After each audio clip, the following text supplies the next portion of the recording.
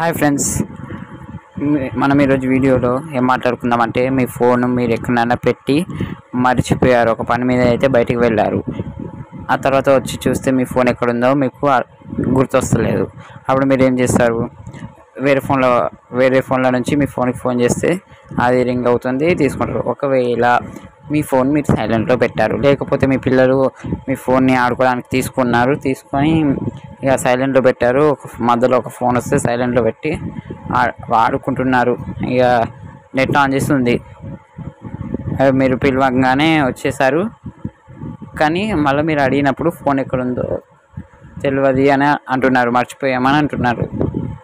అప్పుడు మీరు ఏం చేస్తారు? ఫోన్ ఏమో సైలెంట్లో ఉంది, నెట్ ఆన్ చేసింది, మెసేజ్ వచ్చేదాకా వెయిట్ చేద్దామని అట్లా ఫోన్ ఓకే, కానీ ఫోన్ సైలెంట్ ఉంది కదా.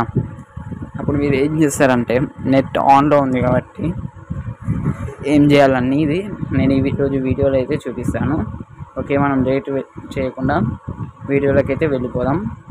ఫస్ట్ మీరు గూగుల్ లేదా క్రోమ్ బ్రౌజర్ అయితే ఓపెన్ చేయండి.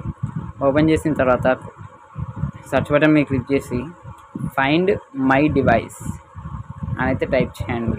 తర్వాత ఫస్ట్ వచ్చిన దాన్ని అయితే ఓపెన్ చేయండి.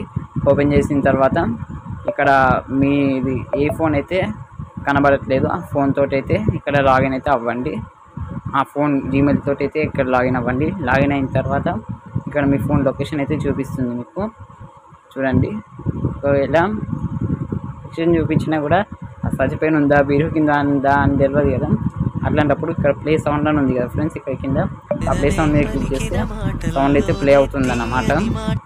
స్టాప్ సౌండ్ వస్తే సౌండ్ అయితే స్టాప్ అవుతుంది, అంటే మీ రింగ్ టోన్ ఉంటుంది కదా, ఆ రింగ్ టోన్ అయితే ప్లే అవుతుంది అన్నమాట. సో మీరు కూడా ఎప్పుడైనా తీసుకున్నప్పుడు ఫోన్ సైలెంట్లో పెట్టొచ్చు. అందుకే జర నెట్ లేదా వైఫై అయితే ఆన్ చేయండి. Thanks for watching.